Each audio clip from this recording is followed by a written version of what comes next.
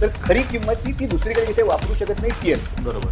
त्याला opportunity cost. आता जर या 46,000 कोटीचा अपॉर्च्युनिटी कॉस्ट बघायचं झालं तर साधा हिशेब केला तर भारतामध्ये जितकी सगळी केंद्रीय विद्यापीठ, सगळ्या सेंट्रल युनिव्हर्सिटीज, अधिक सगळ्या IIT घ्या, अधिक सगळ्या IIM घ्या, अधिक जितके MZ घ्या, त्या सगळ्याचा खर्च हा साधारण 44,000 कोटी रुपये देशभरातल्या.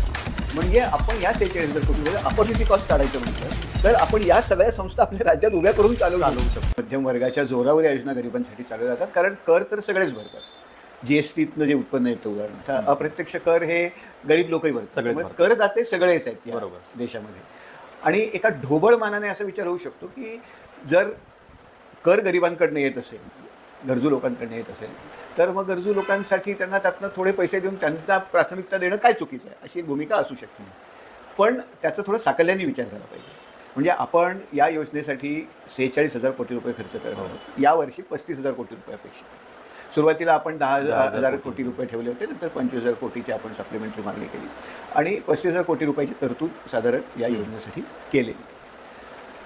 ते पैसे उभेही राहू शकतात. म्हणजे महाराष्ट्राच्या बजेटवर काही प्रचंड ताण या गोष्टीचा येईल. म्हणजे एक गोष्ट नक्की झाली आहे की महाराष्ट्राची वित्तीय तूट आहे ही 5% आसपास आता आलेली आहे आणि 5.5% ही झालेली आहे आणि साधारण 3.5% आसपास राहावी असा संकेत आहे. त्यामुळे महाराष्ट्राची वित्तीय तूट वाढली आहे हा भाग आहे. आणि जेव्हा वित्तीय तूट वाढते तेव्हा काय होतं तर दोन परिणाम होतात की एक तर सरकार बाजारातनं पैसे उचलतं ना ती तूट भरून काढायला, आणि त्यामुळे मग बाजारातल्या इतर लोकांना पैशाची उपलब्धता कमी राहते, गुंतवणूक करणाऱ्यांना, कारण व्याजदर वाढतात, बाजारातनं पैसा कमी होतो कारण सरकारने वापरला असतो. त्यामुळे त्याला इकॉनॉमिक्समध्ये क्राउडिंग आउट म्हणतात. म्हणजे जेव्हा सरकारची वित्तीय तूट वाढते तेव्हा खाजगी उद्योगधंद्यांना मग भांडवलाची तुटवडा असतो. तर हा एक भाग नक्की आपल्याला लक्षात घेतला पाहिजे. आणि त्याच्याहीपेक्षा महत्त्वाचं मला असं वाटतं की हे जे 46,000 कोटी रुपये वापरणार होते म्हणजे गरीब गरजू महिलांना हातात पैसे मिळतात ही आनंदाची गोष्ट आहे. मलाही त्याचं बरं वाटतं. जॉन ड्रेस वगैरे सारख्या लोकांनी असं म्हटलं आहे की कर्नाटकात वगैरे ज्या स्कीम आहेत महिलांना हातात पैसे, त्यात त्या महिलांची ऑटोनॉमी वाढते, आपल्याला आपल्या खर्चावर थोडंसं नियंत्रण, थोडे हात खर्चायला पाहिजे, हे सगळं बरोबर आहे. पण 46,000 कोटी रुपये आपण जेव्हा खर्च करतो, अर्थशास्त्रामध्ये अपॉर्च्युनिटी कॉस्ट ही संकल्पना म्हणजे प्रत्येक, कारण संसाधनं मर्यादित असतात, बरोबर, त्यामुळे प्रत्येका संसाधनाला एक पर्यायी उपयोग असतो. आणि त्या जेव्हा आपण तो एखाद्या गोष्टीसाठी वापरतो तेव्हा दुसरीकडे वापरू शकत नाही, तर खरी किंमत ती दुसरीकडे जिथे वापरू शकत नाही ती असते. बरोबर, त्याला अपॉर्च्युनिटी कॉस्ट म्हणतात. आता जर या 46,000 कोटीचा अपॉर्च्युनिटी कॉस्ट बघायचं झालं तर साधा हिशेब केला तर भारतामध्ये जितकी सगळी केंद्रीय विद्यापीठ, सगळ्या सेंट्रल युनिव्हर्सिटीज घ्या, अधिक सगळ्या IIT घ्या, अधिक सगळ्या IIM घ्या, अधिक जितके MZ ते घ्या, त्या सगळ्याचा खर्च हा साधारण 44,000 कोटी रुपये देशभरातल्या. म्हणजे आपण या 46,000 कोटी रुपये अपॉर्च्युनिटी कॉस्ट काढायचं म्हटलं तर आपण या सगळ्या संस्था आपल्या राज्यात उभ्या करून चालवू शकलो असतो. म्हणजे आपल्या राज्यामध्ये अनेक IIM जाऊ शकतात, अनेक IIT जाऊ शकतात. आणि जर मग हे बघितलं तर आपल्या मुलांना त्यामध्ये चान्स नक्कीच मिळणार असतो. मुलांना संधी म्हणजे ह्यातनं जी प्रगती होऊ शकली असती, ती प्रगती आता होणार नाही आहे. म्हणजे एकीकडे महिलांना हातात पैसे मिळतात, गरीब महिलांना 1,500 रुपये आनंदाची गोष्ट आहे, पण त्याची ही किंमत आणि प्रॅक्टिकल कंपल्शन म्हणून केलं जातं आणि त्याचा प्रत्यक्ष बेनिफिट जो आहे, म्हणजे आता शेवटी असं असतं की nothing in this world is free. पण आपल्याला असं फ्री म्हटलं की थोडंसं आकर्षण वाटतं. म्हणजे अगदी मध्यमवर्गीयांना सुद्धा वाउचर, गिफ्ट कार्ड म्हटलं की असं वाटतं आपल्याला काहीतरी खरोखर मिळालं, पण ते खरंच फ्री नसतं. म्हणजे कुठून ना कुठून तरी ते हे असतं त्याची किंमत. आणि आपण किंमत चुकवतो की आपल्या राज्यामध्ये उदाहरणार्थ इतके IIT उभे राहू शकले असते, ही किंमत हे राज्य चुकवलेली आपण. बरोबर, ही किंमत आपण चुकवतो. त्याची काय झालंय की आपलं राज्य हे पहिलं नाही हे करण्यात. 2020 पासनं साधारण 10 राज्यांनी हे केलंय.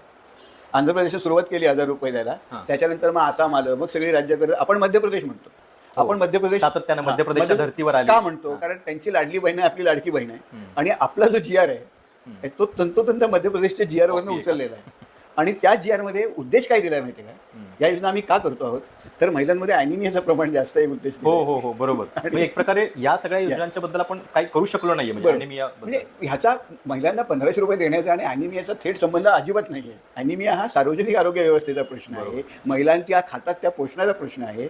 तर तो प्रश्न आपण ह्याचा थेट संबंध काहीच नाही आहे. दुसरा भाग असं त्यात आपण म्हटलं आहे की महिलांचा लेबर फोर्स पार्टिसिपेशन रेट कमी आहे. म्हणजे महिला काम करत नाही पुरेशा बाजार, म्हणजे एकूण जी महिलांची श्रमशक्ती आहे ही रोजगारामध्ये ट्रान्सलेट होत नाही आहे. हां, आणि उदाहरणार्थ मुली शिकल्या तर घरीच असतात, नोकरी करत नाही. ते महाराष्ट्रामध्ये भारतभर मोठं प्रमाण आहे. महाराष्ट्रामध्ये 100 पैकी म्हणजे काम करण्याच्या वयातल्या ज्या मुली असतील शहरी भागातल्या, त्यातल्या 100 पैकी फक्त 24 मुली लेबर मार्केटमध्ये आहेत. बाकीच्या घरीच बसून आहेत, ते शिकलेले आहेत. तर हा मोठा प्रश्न आहे. आणि हे हे अजून एक कारण दिलं आहे त्याच्यामध्ये. म्हणजे जी आरमध्ये जी कारणं दिली आहेत आणि या स्कीम ज्या आहेत यांचा काही संबंध नाही आहे.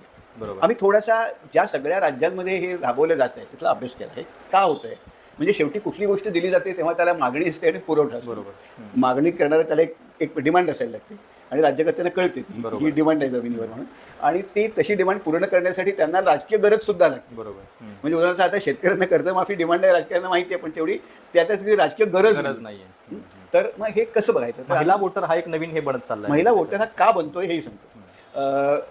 आपला भारत सरकारचं जे NSSO आहे, राष्ट्रीय नमुना चाचणी सर्वेक्षण, हे दरवर्षी भारतातल्या निरनिराळ्या ग्रामीण आणि शहरी भागांमध्ये स्त्री आणि पुरुष काय रोजगार करतात, किती पैसे कमवतात, कुठल्या स्वरूपाची कामं करतात, याची आकडेवारी गोळा करतात. 22-23 ही शेवटची आकडेवारी आहे. म्हणजे 22-23 एक ॲग्रिकल्चर वर्ष आहे, त्याची आकडेवारी आपल्याकडे शेवटची. या आकडेवारीमध्ये जेव्हा बघितलं तर साधारण 4 प्रकारची कामं त्यात दिलेली असतात ढोबळमानाने. एक काम असतं की रेग्युलर नोकरी असणे, पगारी नोकरी असणे. दुसरं असतं की स्वतःचा काहीतरी लहान मोठा उद्योग असणे, ज्याला अनइन्कॉर्पोरेटेड एंटरप्राइज म्हणतात. म्हणजे जिथे इतर कामगार नसतात, मी स्वतःच ते चालवतो, माझ्या बारकी चहाची टपरी असेल, काय असेल वगैरे. तिसरं हे ज्याला अनपेड फॅमिली वर्क, म्हणजे मी घरातच असतो, नोकरी करत नाही, मला मोबदलाही काही मिळत नाही, पण नवऱ्याचं हॉटेल आहे तर नवऱ्याच्या हॉटेलला माझा हातभार लागतो, त्याला अनपेड, त्याला आपल्या सेन्ससमध्ये वर्कर समजतात.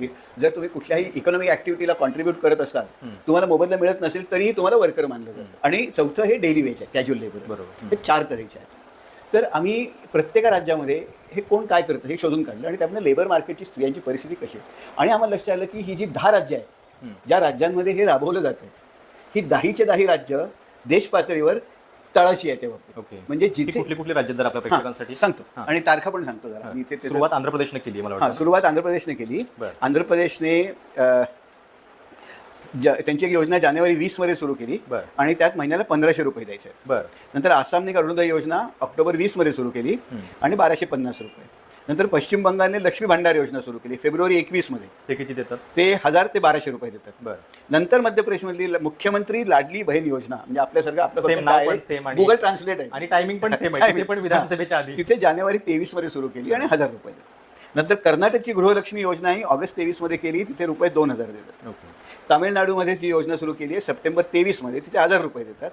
तेलंगणामधली महालक्ष्मी योजना डिसेंबर 23 मध्ये केली, ते 2500 रुपये देतात. हिमाचलमध्ये इंदिरा गांधी प्यारी बहना सुख सन्मान निधी योजना आहे, मार्च 24 मध्ये आली ती, ते 1000 रुपये देतात. दिल्ली नॅशनल कॅपिटलमध्ये मुख्यमंत्री महिला सन्मान योजना आहे, मार्च 24 मध्ये आली, तिला 1000 रुपये. आणि मग आपली मुख्यमंत्री लाडकी बहीण योजना जुलै 24 मध्ये, ती 1500 रुपये. तर आज भारतामधल्या साधारण 16% महिला योजनेखाली कव्हर्ड आहे. बापरे, 16%. आणि काही काही राज्यांचा जवळजवळ 20% खर्च हा या योजनांवर, 20 ते 21% खर्च या योजनांवर. मोठ्या प्रमाणात एक कॉन्स्टिट्युएन्सी महिलांची तयार झाली. महाराष्ट्रामध्ये जवळपास 1.5 ते 2 कोटीचं लक्ष आहे, 2 कोटी. आणि त्यात महत्वाचं म्हणजे त्यात टार्गेटिंग सुद्धा खूप क्लीन होत नाही. म्हणजे अजित पवार परवा सांगत होते, कुठल्या तरी कार्यक्रमात गेले आणि त्यांनी एका महिलेला विचारलं की तुला मिळाले का पैसे. ते म्हणजे हो मिळाले. नवरा काय करतो, ते शेती आमच्या ऊसाची. ते किती ऊस गेला, ते म्हणजे 500-600 टन गेला. तर अनेक लोकांनी अर्ज केले आहे, त्याची स्क्रुटिनी डिसेंबरमध्ये होणार आहे आणि पैसे मात्र सगळ्यांना मिळत आहेत. तर हे असे टार्गेटेड गरीब महिलांसाठी वार्षिक उत्पन्नाची मर्यादा 2.5 लाख आहे. 2.5 लाख आहे. कमी असलेले त्याच्यापेक्षा जास्त असलेले खूप लोकांनी अर्ज केले आहेत. म्हणजे ऑफिसमध्ये काम करणाऱ्या महिला वगैरे ज्यांनी ते करून टाकलेत अर्ज, कारण ते ॲप आहे ते. आणि ही जी 1.5 कोटी आता 2.5 कोटीवर घेऊन जायचं म्हणतात तिथे स्कीम. प्रश्न काय माहिती आहे का, की महाराष्ट्रामध्ये महाराष्ट्र लोकसंख्या साधारण 16 कोटी पकडतात. कुटुंबाचे साईज किती आहे? 4.5 ही कुटुंबाची ॲव्हरेज साईज आहे. म्हणजे आपल्याकडे महाराष्ट्रात कुटुंब किती असायला पाहिजे? 3.5 कोटीच्या आसपास कुटुंब असायला पाहिजे. त्यातल्या 2.5 कोटी महिला जर अर्ज करत असतील तर त्यातले खरे अर्ज किती असतील? बरोबर. आणि मग त्यांना जे पैसे मिळतील ते नंतर आपण रिकव्हर कसे करणार आहोत? तर पहिलं असं होईल की डिसेंबरमध्ये जेव्हा स्क्रुटिनी होईल, निवडणुकीनंतर स्क्रुटिनी होईल. आणि त्याच्यामध्ये बऱ्याच निकष बदलले जातील का? मग निकष बदलले जातील. बऱ्याचशा महिलांना अपात्र ठरवण्यात येईल. कारण उत्पन्नाची जी मर्यादा आहे त्याच्या वरचे अर्ज बरेच आहेत. आणि मग ही जी ठरवली जाईल त्याच्यानंतर पण ही दीर्घकालीन योजना सातत्याने चालू ठेवणं हे खूप अवघड दिसतं. म्हणजे राज्याला हे दरवर्षी आपण त्या सगळ्या IMFचं बजेट दरवर्षी जर करायला, म्हणजे बजेटची व्याप्ती आणि या योजनेचा खर्च थोडंसं स्टॅटिस्टिक्स जर तुम्ही सांगितलं तर लक्षात येईल की किती मोठा खर्च आहे हा. म्हणजे आपलं बजेट म्हणजे थोडक्यात देतो की महिला बाल कल्याण खात्याचं जे एकूण बजेट 33,000 कोटी आहे, 33,000 कोटी, त्याच्यापेक्षा हे 46,000 कोटी आहे. 1.5 पट झालं जवळपास. कृषीचं 35 कोटीच्या आसपास आहे. म्हणजे अख्ख्या देशाचं नरेगाचं बजेट 72,000 कोटी असतं. भीतीदायक आकडे नाही येते आकडे भीतीदायक आहेत. आणि म्हणून याला पार्श्वभूमी ही लोकसभेमध्ये जे झालं, म्हणजे कसं आहे, मागणी आणि पुरवठ्याचा विचार जर आपण केला तर ही जी राज्य आम्ही सगळी तळालाच म्हणतो, त्यातल्या राज्यांमध्ये मागणी काय ते आहे, कारण ही परिस्थिती महिलांची, ही राज्य जरी श्रीमंत असली तुलनेने, आणि गंमत म्हणजे यातली बहुतेक राज्य ही आर्थिकदृष्ट्या पुढारलेली राज्य समजतो आपण, कर्नाटक, महाराष्ट्र, तामिळनाडू, आंध्र, पंजाबमध्ये सुद्धा स्कीम राबवली गेली आहे. बरं. हां, कृषी ग्रामीण पंजाबमध्ये. आणि आकडेवारीकडे बघितलं असं दिसतं की अरे ग्रामीण महाराष्ट्र, ग्रामीण पंजाब, ग्रामीण तामिळनाडू, ग्रामीण कर्नाटक हे जरी सुबत्ता दिसत असली इथे, तरी इथल्या महिला श्रीमंत नाही आहेत. बरं. म्हणजे पंजाबमधला ग्रामीण भाग जर बघितला तर महिलांचा wage rate, daily wage rate 150 रुपये येतो आकडेवारी करतोय. ज्या गोष्टी आपल्याला परवडणार नाहीत, ज्या अत्यंत शॉर्ट टर्म हित आपल्या राज्याचं म्हणण्यापेक्षा राज्यकर्त्यांचं हित, म्हणजे आपण खरं तर काय करतोय की जी लोक सत्तेत आहेत ती मंडळी सत्तेत राहावी कायम पुढच्या 5 वर्ष सुद्धा, या एकाच गोष्टीसाठी आपण या राज्यातनं एकूण ज्या गोष्टी 46,000 रुपये कोटीमध्ये करू शकलो असतो त्या सगळ्यांचं बरी आपण देतो. तर हा मला वाटतं एक चिंतेचा विषय आहे. आणि इतरही अनेक राज्यांमध्ये हेच सुरू झालेलं आहे. म्हणजे कारण ह्याला एक ब्रॉडर कारण काय माहिती आहे का, की महाराष्ट्राची ग्रामीण अर्थव्यवस्था ही चांगल्या स्थितीत नाही. सुरजित भल्ला नावाचे एक अर्थतज्ञ आहेत, आणि हे काही असे डावे वगैरे नाही आहेत, सरकारचे टीकाकार नाही, ते सरकारचे लाडके. ही विभागणी लगेच असते. त्याच्यावरती मी सांगतोय म्हणून सांगतो की मी नाही म्हणत आहे, सुरजित भल्ला म्हणताय, जे सरकारच्या जवळचे आहेत आणि जे मोदींच्या काळामध्ये गरिबी वेगाने कमी झाली वगैरे असं मानतात, सातत्याने मानतात, सगळं चांगलं चाललंय असं मानतात. सुरजित भल्लांनी एक इकॉनॉमिक अँड पॉलिटिकल वीकली नावाचं एक चांगलं जर्नल आहे, त्या जर्नलमध्ये एक लेख लिहिला. सुरजित भल्लांची मांडणी अशी होती की ते म्हणतात की भारत हा पूर्वी जी आपण दारिद्र्य रेषा वापरायचो ना, दारिद्र्य रेषेची की ह्याच्या खाली असेल तर गरीब, तर ती फार कालबाह्य झालेली आहे त्यांचं म्हणणं. कारण ती इतकी खाली आहे, इतकी कमी आहे की त्याखाली आता कोण जगणं शक्य नाही. आपला देश बदलला आहे, आता आपण गरीब राष्ट्र राहिलो नाही, आपण एक मध्यम उत्पन्नाचं म्हणजे लोअर मिडल इन्कम देश झालेलो आहोत. मग लोअर मिडल इन्कम देशांसाठी जी दारिद्र्य रेषा ती आपण वापरली पाहिजे असं त्यांचं म्हणणं आहे. आणि ती साधारण $3.60 पर्चेसिंग पॉवर पॅरिटी ही जागतिक बँकेने दिलेली दारिद्र्य रेषा आहे. ती दारिद्र्य रेषा घेऊन त्यांनी निरनिराळ्या राज्यामध्ये ग्रामीण आणि शहरी भागामध्ये दारिद्र्याखाली किती टक्के लोक आहेत हे काढले. गंमत म्हणजे भारतभराचा विचार केला तर भारतातली 25% ग्रामीण लोकसंख्या ही या दारिद्र्य रेषेखाली येते, नवीन सुधारित दारिद्र्य रेषा. महाराष्ट्राचे प्रमाण 26.5% आहे आणि बिहारमध्ये प्रमाण 23% आहे. आपण बिहारच्याही खाली आहोत. बिहारच्या खाली ग्रामीण भागामध्ये. महाराष्ट्रापेक्षा जास्त ग्रामीण दारिद्र्य आज या आकडेवारीप्रमाणे फक्त उत्तर प्रदेश, झारखंड, छत्तीसगड, मध्य प्रदेश, पश्चिम बंगाल, ओडिशा याच राज्यांमध्ये आहे. बाकी इतर राज्यांची परिस्थिती ग्रामीण भागाची आपल्यापेक्षा चांगली आहे, बिहारची पण चांगली आहे. आणि जेव्हा PLFS डेटा मी जेव्हा बघतो तेव्हा हे स्पष्ट दिसतं. म्हणजे महाराष्ट्रातल्या महिलांना जो जी मजुरीचा दर आहे त्यापेक्षा बिहारमधला मजुरी दर जास्त आहे. बिहारमध्ये नोकरी करणाऱ्या स्त्रियांचं प्रमाण जास्त आहे. आणि त्या स्त्रिया काय करतात ते थोडं खोदून दिसतं तर बहुतांशी स्त्रियातल्या प्राथमिक शिक्षक आहेत. कारण बिहारमध्ये मोठ्या प्रमाणात भरती झालेली आहे. महाराष्ट्रामध्ये जर नोकरी करणाऱ्या स्त्रिया बघितल्या तर प्रामुख्याने नोकरी करणाऱ्या स्त्रिया काय करतात माहिती आहे ग्रामीण महाराष्ट्रात?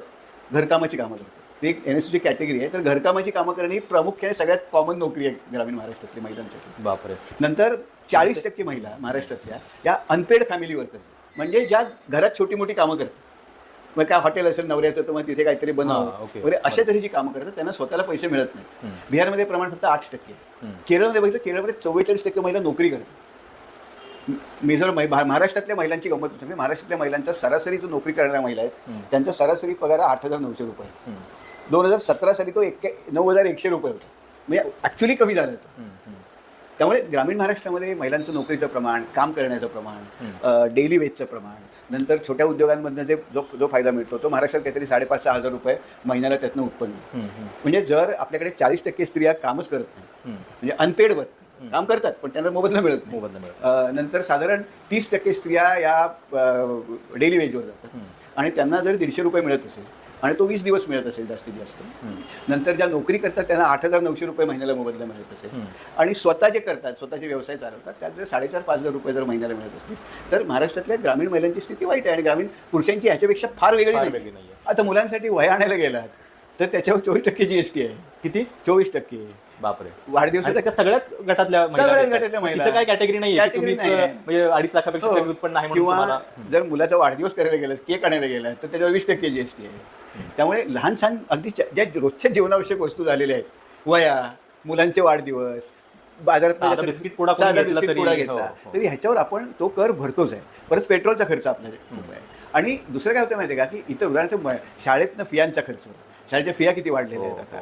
आणि सरकार जर फियांवर नियंत्रण आणत नसेल आणि शाळेतल्या फिया जर मनमानी प्रमाणात वाढत असतील तर शेवटी हे 1,500 रुपये किती पुरणार आपल्याला बरोबर. आणि किती पुढे जाऊ. तर त्याच्याऐवजी आपण हे 46,000 रुपये उत्तम शाळा काढण्यासाठी वापरले असते, उत्तम दर्जाच्या शाळा काढल्या असत्या, तिथे चांगले शिक्षक नेमले असते आणि आपल्या मुलांना तिथे फुकट प्रवेश किंवा कमी फीमध्ये प्रवेश मिळाला असता, तर महिलांचं बजेट अधिक सुटसुटीत झालं असतं.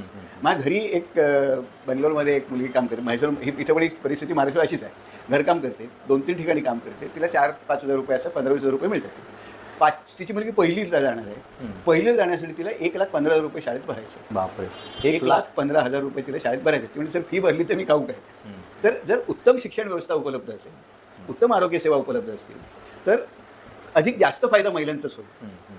आणि ह्याचं मला वाटतं म्हणजे हे 1,500 रुपये मिळते चांगली गोष्ट आहे, पण त्याची किंमत जी आपल्याला द्यायला लागते एकूण व्यवस्था म्हणून आणि व्यक्ती म्हणून पण याच्यावर सुद्धा आपण जागरूक असलं पाहिजे. आणि दुर्दैवाने सरकारने 1,500 दिल्यावर विरोधक म्हणतात आम्ही 3,000 देऊ. की डायरेक्ट थेट कॅश ट्रान्सफरच्या ज्या योजना जर डायरेक्ट बेनिफिशियरीला आपण टार्गेट करत असतो, म्हणजे समजा आपल्याला छोटासा व्यवसाय करते कोणी महिला आणि तिला आपल्याला काही सहाय्य करायचं तर तिने शासकीय अर्ज करणे, मग त्यातनं पैसे मिळवणे, याच्यापेक्षा ती डायरेक्ट जर तिच्या खात्यात असेल तर अनेक लेयर्स जातात.